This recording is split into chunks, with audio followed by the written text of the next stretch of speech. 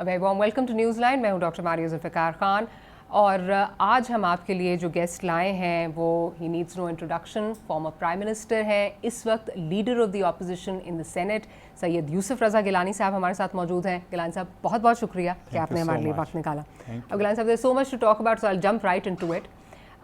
इस वक्त political happenings अगर हम देखें तो आज का सबसे जो हॉट इशू है और बर्निंग इशू है वो शहबाज शरीफ साहब का जो उनको जाने नहीं दिया गया, डिस्पाइट द कोर्ट ऑर्डर उनको रोक लिया गया, कहा गया ब्लैक लिस्ट जो है वो अपडेट नहीं हुई भी और वगैरह, द रेस्ट इज हिस्ट्री सब आपके सामने है। क्या कहेंगे, उनके साथ ये होना चाहिए था या लॉ ने अपना कोर्स लिया है या हुकूमत का कोई जवाब है? किस तरह आप देखते हैं इसको? देखें, हमने हमेशा अदालतों का एहतराम किया है और हमने खुद भी जेलें काटी हैं और कई कई साल काटी हैं, मगर कोर्ट्स के सामने हम अपेयर होते हैं। इसी ही तरीके से जुल्फ़िकार अली भुट्टो जो जिनको हम अदालती कत्ल कहते हैं, उसके बावजूद भी मोहतरमा बेनज़ीर भुट्टो शहीद वो कोर्ट्स के सामने पेश होते थे, जरदारी साहब होते रहे, मैं अब भी हो रहा हूँ और हमारी पार्टी के और लीडर भी हो रहे हैं। तो कोर्ट का जो डिसीजन है मेरा ख्याल है उसको ऑनर होना चाहिए and it will be a contempt of court. अच्छा सर, ये बताइए कि इस पे अब बहुत ज़्यादा, अब कल जैसे आप ही के लोग थे जब ये फैसला आया, उस वक्त तो शहबाज शरीफ साहब खैर एयरपोर्ट नहीं गए थे, लेकिन जब ये फैसला आया तो हुकूमत की तरफ से भी जो है वो कहा जा रहा था कि जी इतनी जल्दी तो पंचायत का फैसला नहीं आता, उन्होंने एप्लीकेशन दी। साथ ही साथ आपके लोग भी ये कह रहे थे कि जिस किस्म की रिलीफ जो उनको बढ़ती जा रही है वो शायद आप लोगों को उस तरह की नहीं मिल रही, जिससे कयासराइयाँ भी हो रही हैं कि पहले बेंच किस तरह टूटा, बेल किस तरह हुई, फिर उसके बाद अब ये ब्लैक लिस्ट वाला मामला। क्या इसमें आपको ढील या डील का अंसर नज़र आता है? देखें, मैं ये समझता हूँ कि हमें अदालत के फ़ैसले के बाद इस किस्म के कमेंट्स हमें नहीं करने चाहिए। मैं तो ख़ुद अभी भी अपने चेयरमैन सेनेट होने का जो मैंने हाई कोर्ट से रिजू किया हुआ है डबल बेंच में, इंट्रा कोर्ट में, तो हाउ कैन आई से अगेंस्ट द कोर्ट्स हमारी, तो इसलिए कोर्ट का डिसीजन है तो दैट्स फाइन। तो कयासराइयाँ जो हैं जिस तो आपकी पार्टी से भी हो रही हैं, सवालात वहाँ से भी उठा रहे हैं, तो बेमायने बेशक होती रहें, मगर this is the court decision, executive का कोई डिसीजन नहीं है। तो इसलिए मतलब है मैं खुद भी शायद ब्लैक लिस्ट में हूँ, आई डोंट नो, मैं ECL पे हूँ, आई इवन डोंट नो। एक दफ़ा मुझे भी ऐसे ही मैं वर्ल्ड कॉन्फ्रेंस में जा रहा था लास्ट ईयर, तो मुझे बोर्डिंग गार्ड मिल चुका था मगर मुझे नहीं जाने दिया और मुझे कहा कि आप ब्लैक लिस्ट में। ठीक, तो इसमें क्योंकि ये कहा जाता है कि इस मुल्क में जितने भी फैसले होते हैं उसमें कहीं ना कोई किरदार इस्टेब्लिशमेंट का, या आपकी पार्टी भी अभी बहुत ज़्यादा जो है बात कर रही है। मेरा ख्याल है बेहतर होगा You go to the next question. Okay. और उसका मैंने आपको कहा जैसे था court decision, sooner or later he will go. Okay, चले अगला इसी से जो जुड़ा हुआ सवाल है वो ये है कि अब इनको तो जाने की इजाज़त कोर्ट ने ही दी, साथ ही साथ नवाज शरीफ साहब का जो मामला है वो भी कोर्ट का मसला है, उनको भी कोर्ट ने जो है वो मफरूज़ डिक्लेयर किया हुआ है। इधर से अगर देखा जाए कोर्ट से रिलीफ मिल रही है, शहबाज शरीफ साहब को भी मिल रही है, उनके बेटे को भी मिल रही है, नवाज शरीफ साहब की जो साहबजादी उनको भी मिल रही है। आप समझते हैं नवाज शरीफ साहब को वापस आना चाहिए? देखें, that's up to his party, Pakistan Muslim League Nawaz. ये जो बात हमारी काफ़ी इंटरेक्शंस होती थी, उनकी पार्टी ने उनको कहा है एक तो यहाँ माहौल जो है कंड्यूसिव नहीं है और दूसरा उनका इलाज हो रहा है। इलाज तो सर चले, दैट इज़ मेरा ख्याल है उस पर चले ना ही जाए उस कंट्रोवर्सी में, बट डू यू थिंक जो कहा जाता है माहौल कंड्यूसिव नहीं है जबकि फैसले उनके हक में भी आ रहे हैं, What the party thinks about it, but what do you think about it as a political? It will better if you ask some Muslim leaguer. I'm not the spokesperson of the party. नहीं sir, but I was asking you as a political analyst कि आपका जो है आपके एक अपना analysis क्या है कि रिलीफ अगर मिल रही है तो should he come back? It's up to him to take a decision. ठीक है, आपने इसका जवाब नहीं देना, मैं I'll take that as a cue, I'll move to the next question. Sir, इसमें आप क्या समझते हैं कि हुकूमत अगर इसमें अपना कोई लीगल रिकोर्स लेती है, जिसमें हुकूमत ये कह रही है जी हम चाराजोई जो है वो करेंगे, अब शायद इसमें कोई और आगे लीगल रिकोर्स हो, तो हक तो उनके पास है, मिलता तो उनको है, ये तो उनका लीगल रिकोर्स ले सकते हैं, लेकिन लेना चाहिए या नहीं लेना चाहिए? देखें, गवर्नमेंट का प्रेरोगेटिव है, वो जो मर्जी है करना चाहें करें, मगर जो ultimately the things the matter they have to be, they will be solved at the level of the courts. ठीक, वो जो भी करना चाहें वो उनका राइट है। अच्छा सर, दूसरी, अब ये तो आज की अगर हॉट इशू देखें, दूसरा जो हॉट इशू है वो आपकी पार्टी से रिलेटेड है। कल जो इस्तीफ़े आए हैं कमर ज़मान कायरा साहब का, चौधरी मंजूर साहब का, ये खुशाब का जो इलेक्शन है उसके बाद ये कहा जा रहा है डिज़मल परफॉर्मेंस की वजह से आए हैं, तो क्या ये यही वजह बनी है? देखें, अभी मैंने आज अखबारों में पढ़ा है, कल चेयरमैन साहब से फ़ोन पे मेरी बात हो रही थी, तो उनका ख्याल ये था कि उनके नॉलेज में नहीं था ये इलेक्शन। उनकी नॉलेज में नहीं था कि खुशाब में इलेक्शन होना है? जी नहीं, मतलब कि हमारी पार्टी हिस्सा ले रही है। अच्छा, what he told me. Okay, तो मे बी वो रिपोर्ट मांगी होगी उन्होंने अपनी तंजीम से, सेंट्रल पंजाब की ऑर्गेनाइजेशन से, let he should work on it.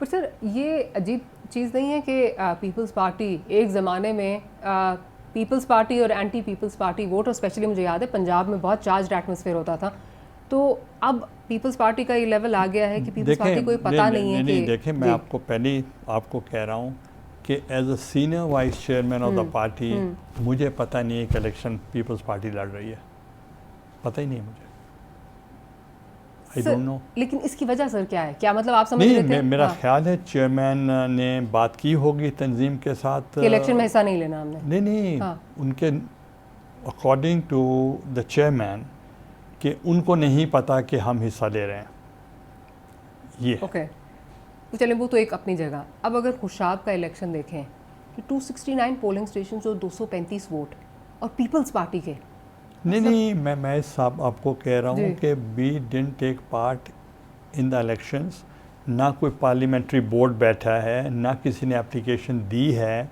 ना चेयरमैन के पास कोई पहुँचा है, तो इसलिए इस चीज़ पे मैं कमेंट नहीं कर सकता। Let the principal organisation of the party can reply. So इसका मतलब ये कि आप ये कह रहे हैं कि ये अगर हुआ सवाल ही पैदा नहीं हो सकता कि पीपल्स पार्टी की ये परफॉर्मेंस हो, द क्वेश्चन डजंट अराइज। तो इसमें फिर आप ये समझते हैं कि ये पता ही नहीं था कि इलेक्शन होना, इसलिए आपने नहीं, it was something which only the party organisation can tell the chairperson of the party, chairman of the party. So is there a disconnect between the No, party? not disconnect. क्योंकि आज ही आपने मुझे कहा कि सुना है कि they have resigned. जी, कल से आ रही है खबर। तो मेरा ख्याल है चेयरमैन साहब ने उनसे शायद बात की होगी, which is not in my knowledge. लेकिन सर चले, वैसे भी अगर देख लिया जाए, I think go to the next question. चलिए ठीक है सर।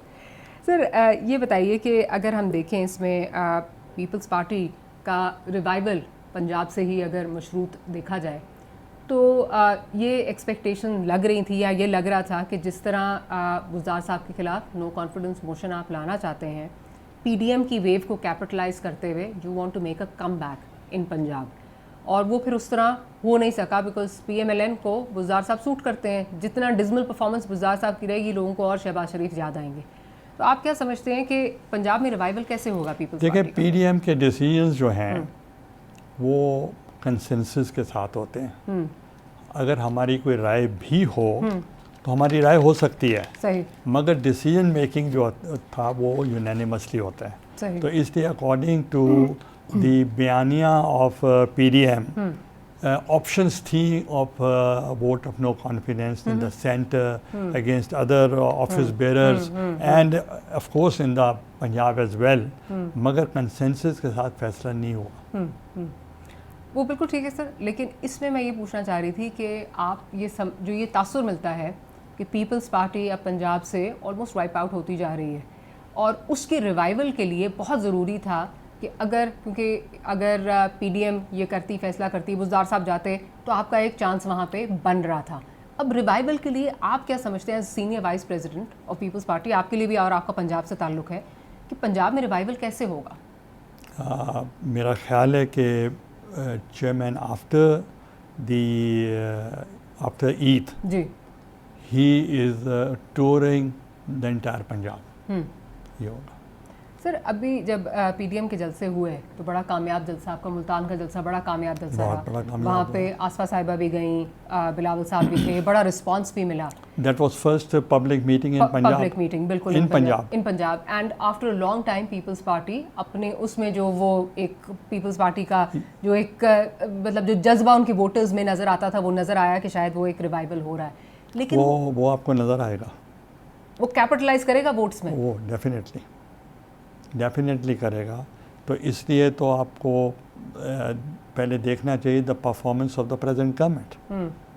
अगर पहले 2 पार्टी सिस्टम था या पीपल्स पार्टी थी या anti people's party, anti people's party थी, तो अब there is a third force. अब इन पे डिपेंड करेगी, इनकी परफॉर्मेंस तो आपको समझ आ रही है, तो उसके बाद आप खुद सोचेंगे कि people will go back to their own parties. Sir लेकिन उसमें फिर अगर डिसमल परफॉर्मेंस है गवर्नमेंट की, there is no denying that, and specially Buzdar साहब इन प्लेस, बुज़दार साहब की तो बहुत ही डिसमल परफॉर्मेंस है। डिस्पाइट दैट अगर डस्का का इलेक्शन हो, अब खुशाब का तो आप कह रहे हैं नहीं उसका पता, वज़ीराबाद का हो, जो भी, वहाँ पे पीपल्स पार्टी नज़र नहीं आ रही कहीं।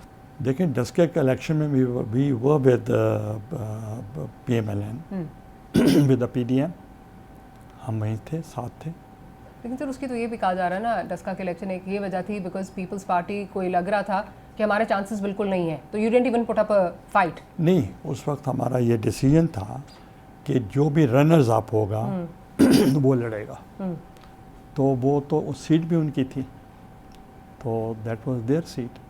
अब आने वाले दिनों में अगर कोई बाई इलेक्शन आएंगे तो उसमें we can expect people's party will put up a good contest then. Definitely people's party will put up.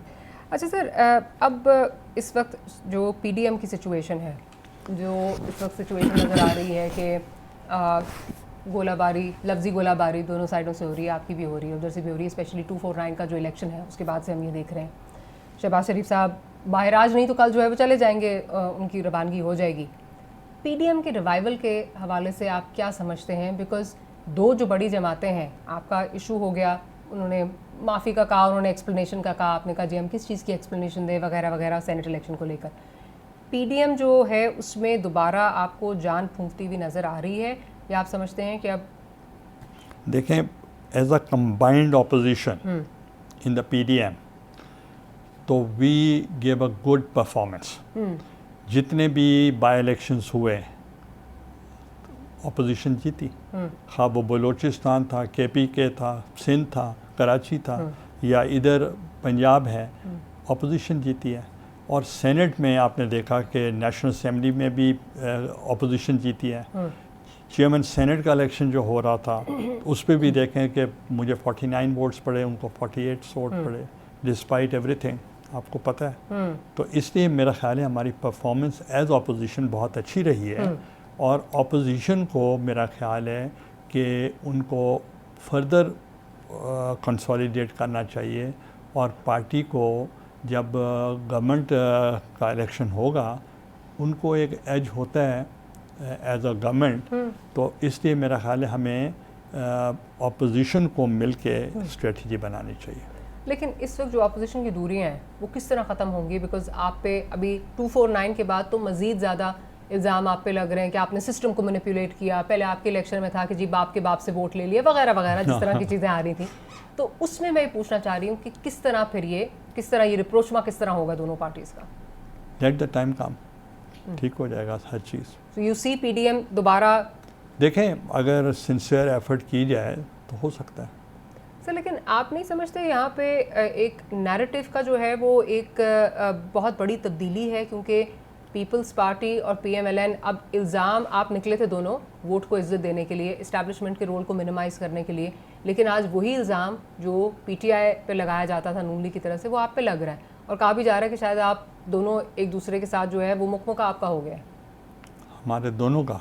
Ji, PTI और आपका जो है वो मुकमुका हो गया। पहले तो आप दूसरा सवाल करती रही तो आई differ with you.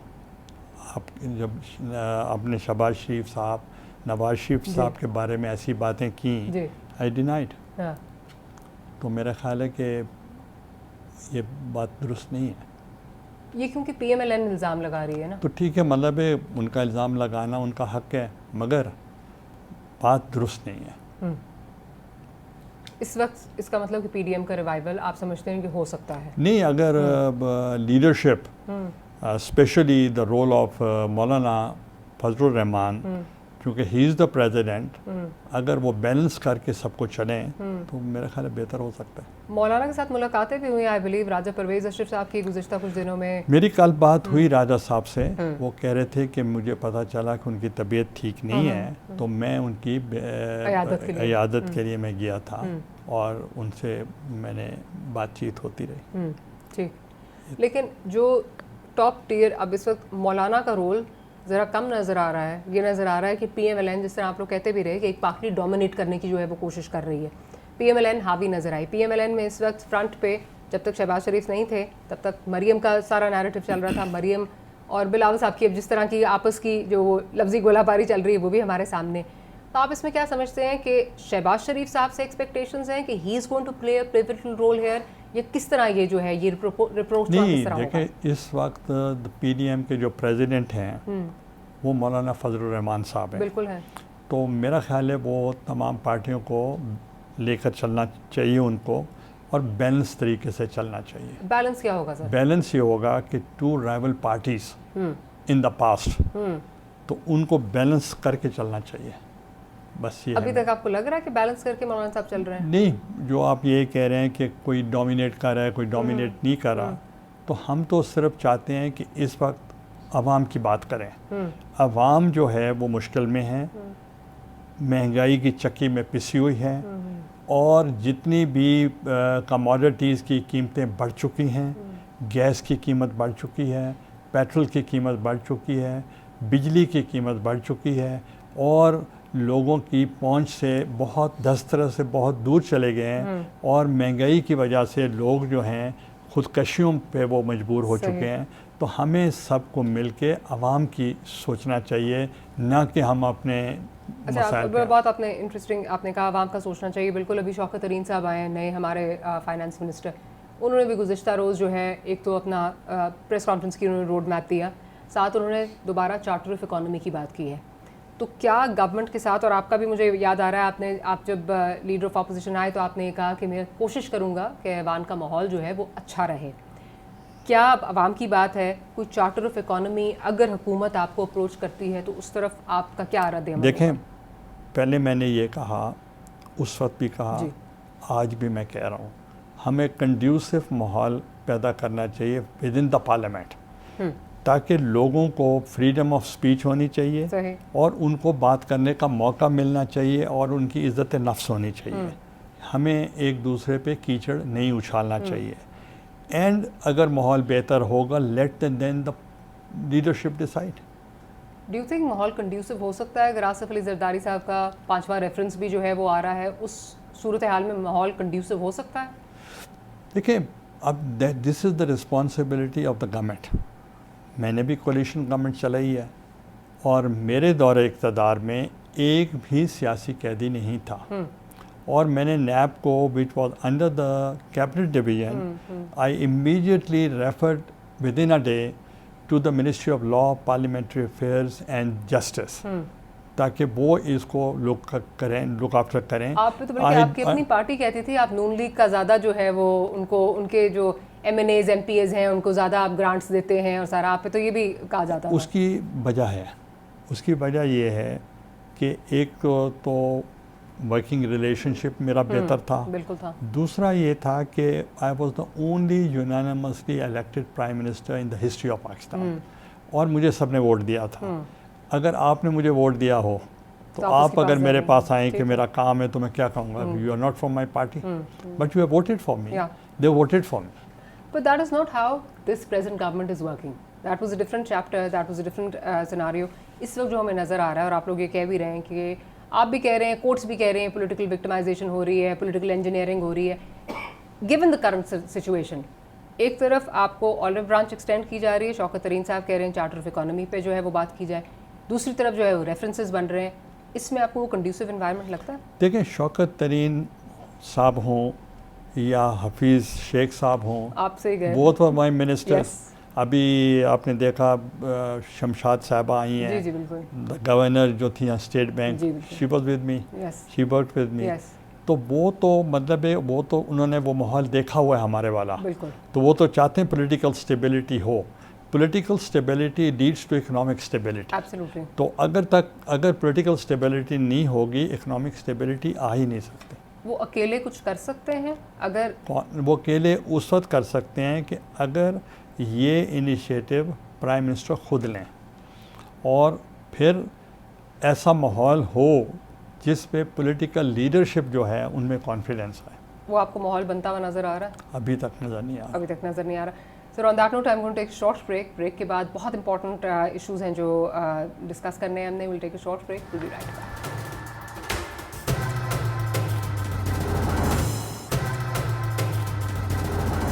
Welcome back after the break.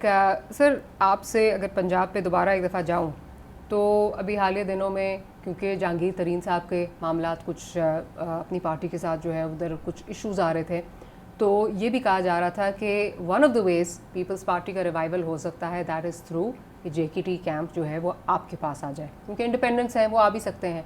और फिर आपका नाम लिया जा रहा था कि you are the go between, आप एक मीडिएटर का रोल अदा कर रहे हैं। उस पर अगर आप कुछ कहना चाहें। देखें, जहांगीर तरीन साहब इज़ एन ऑनरेबल मैन और उनके साथ हमारी अजीज़दारी है, और मगर ही is committed with his own party. तो उनका पार्टी के साथ डिफरेंस ऑफ ओपिनियन है या डिफरेंस है उनका जो भी स्ट्रेटजी है, तो they are resolving between themselves. Let them decide. कोई चांसेस नहीं है पीपल्स नहीं, पार्टी के साथ चांसेस इल्हाक पॉलिटिक्स का मैं ये नहीं कह रहा हूँ उनका पॉलिटिकल एम्बिशंस क्या हैं, मगर ही is committed with his party, जो मैं महसूस कर रहा हूँ। अच्छा ठीक है, क्योंकि उस वक्त ये बात ऑब्वियसली 1 महीना पुरानी है तकरीबन, और उस वक्त ये बातें आ रही थी कि जी शैला साहिबा ने भी ट्वीट की, उन्होंने न्यूज़ चैनल्स को कोट करते हुए कि जी कोई मीटिंग अरेंज हो रही है चेयरमैन साहब के साथ, बिलावल साहब के साथ कोई मीटिंग भी हो रही है, तो वो फिर उस तरह वो नहीं। देखें, वो नेचुरली कुछ ऐसे लोग होंगे जो उस वक्त मेरे इलेक्शन में भी मुझे वोट दिए होंगे और कोई उनकी थिंकिंग ऐसी हो, मगर मैं समझता हूँ कि जहांगीर तरीन साहब जो हैं, he is committed with his party and he want to resolve his issues with his own party. He wants to resolve his issues.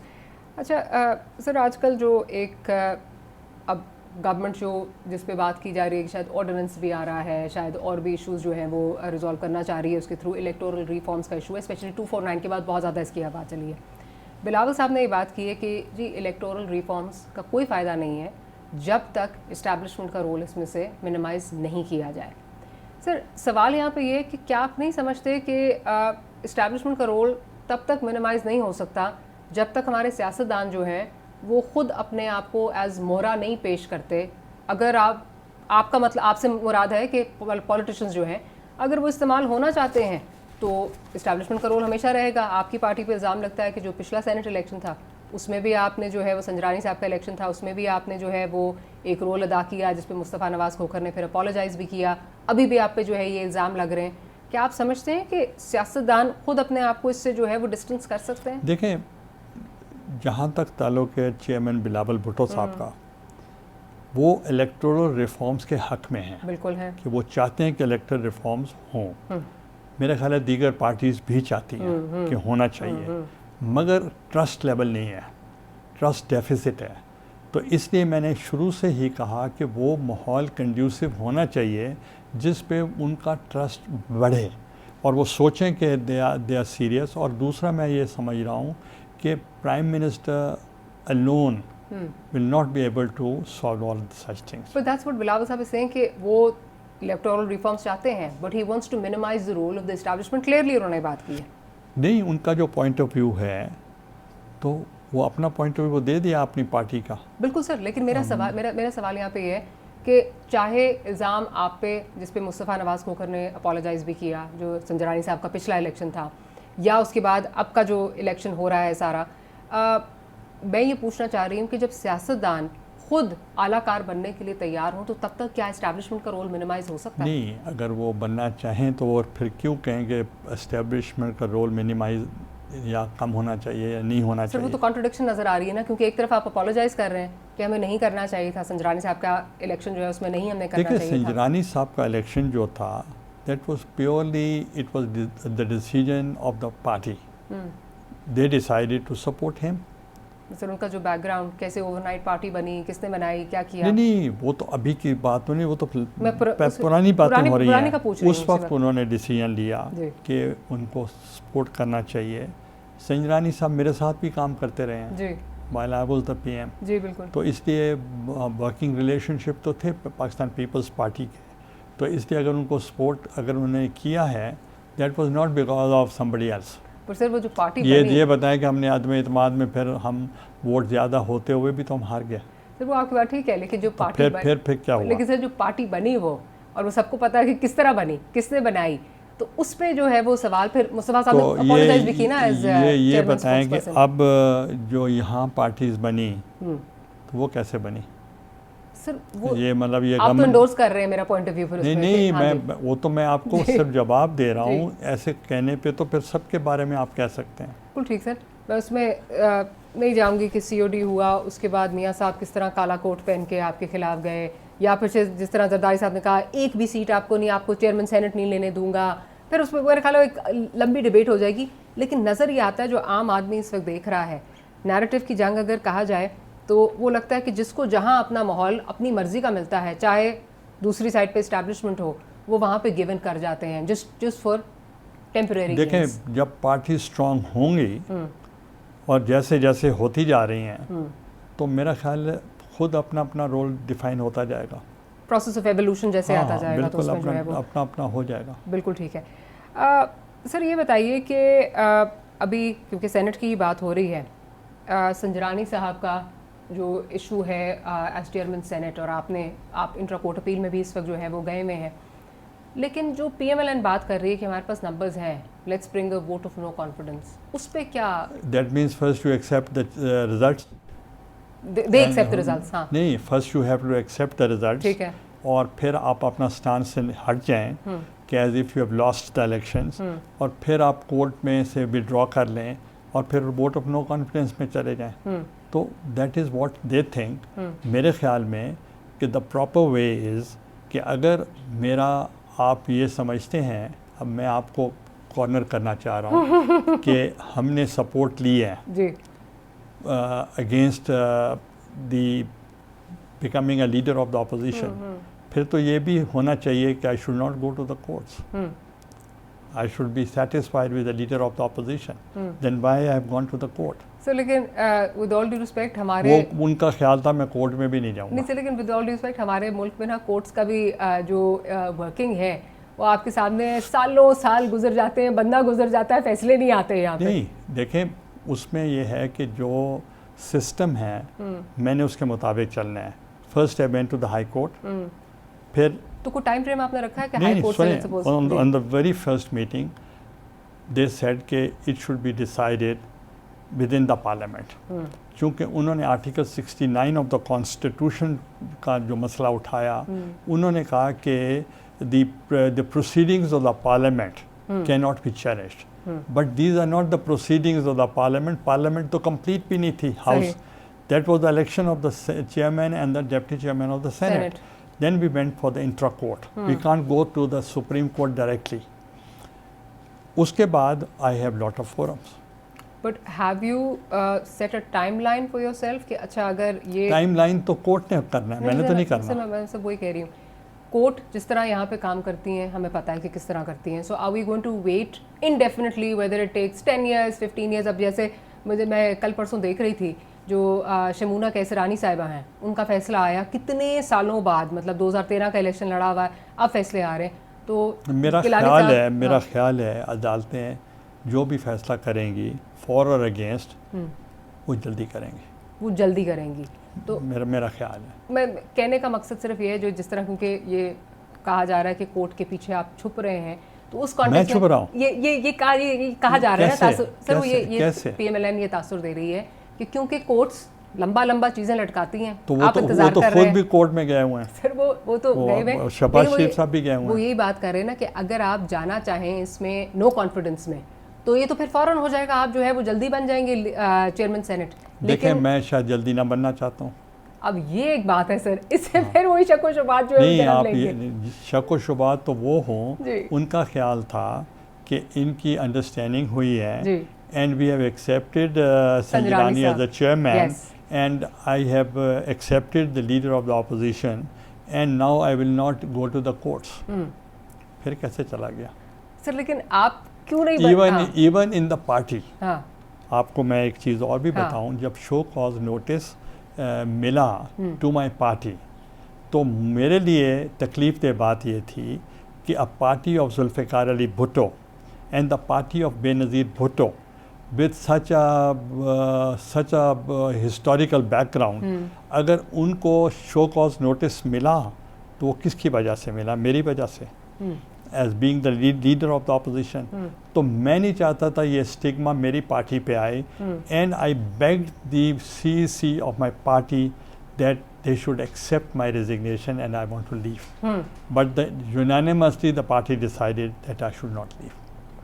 मगर मेरे लिए कोई ये after being the Prime Minister of Pakistan, it's not a big deal. It's not a big deal. It's not a big deal. It's That was the party decision. हाँ. अब अभी देखें, शहबाज शरीफ साहब भी the leader of the opposition ही है, जी. of the National Assembly. और मैं senate का हूँ. पर आप क्यों नहीं, आपको जल्दी क्यों नहीं है? आपने जो बात की उस पर कि जल्दी क्यों नहीं है आपको इस चीज़ की कि चेयरमैन ऑफ सेनेट, ये भी ऑपोजिशन की, पीडीएम की जीत होगी? आपको समझ नहीं आ रही. जी. पीडीएम की तो जीत हो चुकी जब मैं सेनेटर बन गया. उसके बाद पीडीएम टूट पे नहीं, वो तो मेरी वजह से, ये मतलब है मैं तो उनकी वजह से बना. बिल्कुल बने. ठीक है, अगर मेरे पास 49 वोट्स आए तो पीडीएम की वजह से आए, तो मैं तो रिकग्नाइज करता हूँ. बिल्कुल. और दूसरा, अब जो मैं कोर्ट में गया हूँ तो वो भी पीडीएम की ख्याल था कि इनकी कोई डील नहीं होगी, ये गो टू द कोर्ट्स. अब it's my party decision that I should go to the courts. I have been to the courts, and you trust the courts कि they will give the decision no matter how long it takes. देखें, उसके लिए decisions court को हम influence तो नहीं कर सकते. नहीं, बिल्कुल नहीं कर सकते. ठीक सर, लेकिन ये बताइए, अब आप किस तरह एक्सपेक्ट कर रहे हैं कि सेनेट में ऑपोजिशन किस तरह चलेगी, गिवन दैट वो आपको लीडर ऑफ ऑपोजिशन नहीं मान रहे? वो कह रहे हैं आजम नज़ीर तार साहब, हमें अलग जो है वो ऑपोजिशन कंसिडर किया जाए, अलग. देखिए, मैं आपको एक बताऊं, we have to follow the book, we have to follow the rules, we have to go according to the conventions. There is only a leader of the house and leader of the opposition. ठीक. तो वो तो दे whether somebody accepts or somebody doesn't accept, it's irrelevant. accept, तो वो मतलब उस debate में मैं नहीं जाना चाहता. But you will see, will work together. Knowing you, I think you will work together. We are working together. चलिए, on that note, I'm going to take a short break. Break से वापस आके बहुत इंपॉर्टेंट मौजूआत हैं, prime minister साहब का जो visit है उस पर बात करनी है, खित्ते के क्या हालात हैं, that and much more right after short break.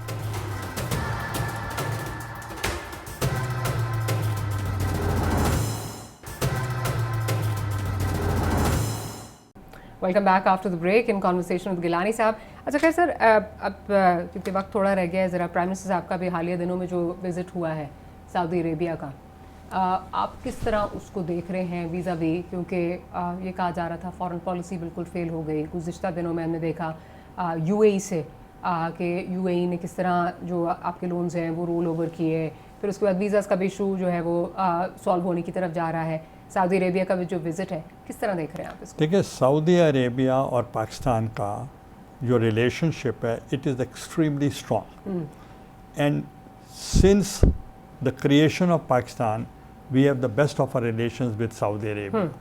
There had been some misunderstandings because of the few statements, और हम तसव्वुर भी नहीं कर सकते, क्योंकि हमारा सिर्फ ये नहीं है कि as a Muslim country, as a OIC and even as a spiritually भी हमारा वहाँ उनके साथ बहुत बॉन्ड है, और हम उनकी इंटेग्रिटी के लिए, उनकी सिक्योरिटी के लिए we are all out for them. और हम ये भी समझते हैं the enemy of Saudi Arabia is the enemy of Pakistan. तो इसलिए हमारे रिलेशनशिप जो मिसअंडरस्टैंडिंग्स थी, प्राइम मिनिस्टर को जाना चाहिए था और वो गए हैं, और उम्मीद है कि मिसअंडरस्टैंडिंग्स हमारी ख़त्म हो जाएंगी.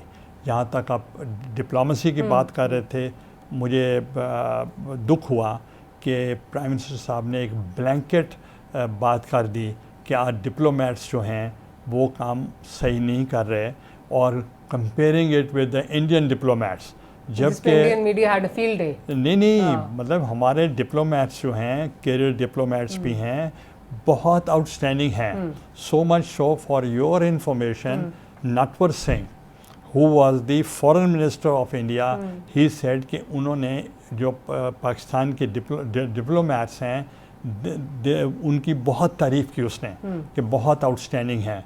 और जितने भी नेशनल इंटरेस्ट हैं हमारे, खा वो न्यूक्लियर हो, खा वो हमारे सियाचिन की बात हो, सक्रीक की बात हो, वो कश्मीर की बात हो, वो जो भी हमारे नेशनल इंटरेस्ट की बात हैं, उनके लिए उन्होंने बड़ा काम किया हुआ है। तो मैं उनको सबको एक ब्रैकेट में नहीं करना चाहिए।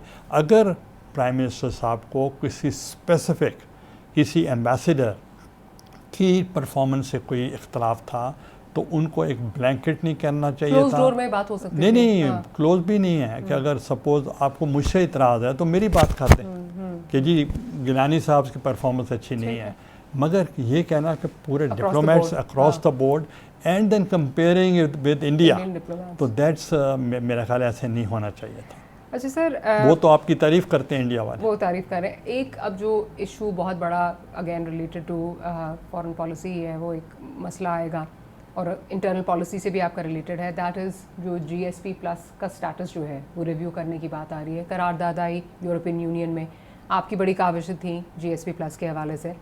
आप क्या देख रहे हैं कि क्या हुकूमत ने जो सारा मसला है इसको ठीक तरह टैकल किया है या इसमें बेहतरी हो सकती थी, और अगर हो सकती थी तो क्या हो सकती थी? देखें, जो GSP प्लस स्टेटस है उसके लिए हमारी गवर्नमेंट ने बहुत स्ट्रगल की और आई myself went to Brussels. I met several prime ministers. उनके साथ पर्सनल लेवल पे जाकर हमने GSP प्लस के लिए काम किया और that was a great achievement for Pakistan. और मैं समझता हूँ कि ये फ्रांस के इशू पे मिसहैंडल हुई है सिचुएशन, इसको बहुत बेहतर तरीके से सुलझाया जा सकता था। सर अब क्या करना चाहिए, अब कैसे लेके चलना चाहिए? सेंसिबली तरीके से चलना चाहिए और अगर एक फ्रांस जो हैं उनको मतलब यूरोपियन यूनियन की करारदाद आना, दैट्स वेरी अलार्मिंग और मेरा ख्याल है कि इसके लिए काम करना चाहिए इनको। सर, और जो यहाँ पे क्योंकि वही कन्फ्यूजन नज़र आती है क्योंकि जाहिर है कुछ एलिमेंट्स हमने मैनिफेस्टेशंस इनकी डिफरेंट फॉर्म्स में देखी हैं, जो अगर आप देख लें TLP हो, ASWJ हो, वगैरह वगैरह वगैरह, बहुत हमने मैनिफेस्टेशंस हर दौर में ये चीज़ आई है। टेररिस्ट का जो आंसर है या टेररिज्म का जो आंसर है या इंतहा पसंदी का जो आंसर है वो हमने देखा है, उसकी पॉलिटिकल मैनिफेस्टेशन हमने देखी है। अभी भी ये हुआ कि जी इस पे बैन लग गया, फिर इलेक्शन में वो गए क्योंकि इलेक्शन कमीशन के पास जिन्होंने बैन लगाया उनसे ज़्यादा वोट ले गए, बिल्कुल। तो सर फिर इसका सलूशन क्या हो, because at the end of the day लोग तो हमारे ही हैं। देखिए, सेंसिबल डिसीजंस हों और उसके ऊपर काफ़ी ब्रेनस्टॉर्मिंग होनी चाहिए और फिर जाकर मैं तो हर डिसीजन में तमाम पार्लियामेंट को ऑन बोर्ड करता था और उनको साथ लेकर चलता था और कोई भी हमारे डिसीजंस मेकिंग और लेजिस्लेशन यूनानिमसली हुए थे मेरे और हर एक को साथ लेकर चलते थे। तो जब आप किसी को कॉन्फिडेंस में नहीं लेंगे, पार्लियामेंट को नहीं लेंगे, तो पहले डिसीजंस खुद करेंगे फिर पार्लियामेंट में बाद में लेकर आएंगे तो बात तो नहीं बनेगी। ठीक है। अच्छा सर, अब आपके टाइम पे वॉर ऑन टेरर जो थी वो that was at its peak, उसके बाद फिर आहिस्ता आहिस्ता जो है पाकिस्तान ने बहुत इसका खमियाजा जो है वो भुगता। आए दिन जो है, स्पेशली आपके टेन्योर में, तो आए दिन जो है वो कोई ना कोई अटैक हो रहा होता था, सुसाइड बॉम्बिंग एक्सेट्रा। अल्लाह का शुक्र है हम उसमें से बहुत हद तक जो है वो निकल आए, अल्लाह का एहसान है। अफ़गानिस्तान में अब सिचुएशन जो बन रही है वो दोबारा लगता है क्योंकि once again it seems like history is repeating itself. अमरीकी निकल रहे हैं वहाँ से और अगेन अफ़गान तालिबान जो है दे will B at the helm of affairs. आप वहाँ पे किस तरह देख रहे हैं सिचुएशन? और दूसरा जो अभी कयास राइयाँ हो रही हैं कि अमरीकी बेसिस मांग रहे हैं कि अफ़गानिस्तान में ओवरसाइट के लिए बेसिस मांग रहे हैं और हमसे बेसिस मांग रहे हैं, क्या पाकिस्तान को बेसिस देनी चाहिए? देखें, पहली तो बात आपने अफ़गानिस्तान और पाकिस्तान की रिलेशनशिप की बात की। मेरे दौर में war on terrorism and extremism जी ये एक्सट्रीम पे थी बिल्कुल, और हमने उसको जिस तरीके से हमने संभाला और उस वक्त ANP की गवर्नमेंट थी इन KPK, KPK। और होती साहब used to be the chief minister. उनकी और मेरी बहुत अंडरस्टैंडिंग थी, Right। और हमने मिल के बहुत काम किया, और आपको भी हमने इन्वॉल्व किया। मीडिया वॉज बिल्कुल किया, इन्वॉल्व, बिल्कुल और किया। इंटरनेशनल मीडिया वॉज इन्वॉल्व, बिल्कुल। And international NGOs were involve. और मैं जहाँ भी जाता था और उन एरियाज़ में मैं आपको साथ लेके जाता था, जाते थे, बिल्कुल। और उनके साथ जाकर हमने जितने मैं समझता हूँ कि पूरी तारीख़ में ये नहीं हो सकता, दुनिया की तारीख़ों में, कि जो इंटरनली डिस्प्लेस पर्सन हो 2.5 मिलियन, जी बिल्कुल याद और है। वो विद इन 90 डेज़ अपने घरों में चले जाएं, आबाद हो जाएं, वेल सेटल्ड हो जाएं, और टेररिज्म का कंट्रोल, जो टेररिज्म था वो भी ख़त्म हो जाए। उस वक्त तो कहा जाता था कि स्वात पे पाकिस्तान का परचम नहीं लहराया बिल्कुल जाएगा, ऐसे ही है। तो वो भी हमने कंट्रोल किया। मैं समझता हूँ कि पाकिस्तान और Afghanistan historically, geographically, as a neighbour and religiously, we are twin brothers, and whatever is happening in Kabul is जी। happening in Islamabad. Therefore we should have the best of relations. मेरे मुताबिक the most important capital in the world is Kabul, because we sing together, we swim together as neighbors. जैसे आप कह रहे हैं कि लोग वो वहाँ से अमेरिकन जा रहे हैं, but we as neighbours we have to live for the rest of our life. बिल्कुल ऐसे ही। इसलिए हमारे लिए स्टेबल और पूरा प्रॉस्परस जी, बिल्कुल। Prosperous sovereign independent Afghanistan is must. Coming to the basis issue, Pakistan को बेसिस देनी चाहिए? मेरा ख्याल है ऐसी कोई बात नहीं है। ऐसी कोई बात नहीं है नहीं। सर, अगर ये बात हो रही है, चले अगर हो रही है तो आपका ख्याल है देनी आपको चाहिए? याद होगा कि हमने शमसी बेस भी विकेट करवाया था ड्यूरिंग माई टेन्योर, तो ऐसी बात है नहीं। अब नहीं देनी चाहिए? और ये नहीं, क्योंकि mistake हमने मैंने कहा कि past में की है। ऐसा इशू है नहीं, तो इसलिए why do you think about it? नहीं सर, वो इसलिए क्योंकि रिपोर्ट हो रहा है ये कि अमेरिकन जो हैं ओवरसाइट के लिए बेसिस आपसे मांग रहे हैं, टू कीप एन ओवरसाइट इन अफगानिस्तान, वो आपसे बेसिस मांग रहे हैं।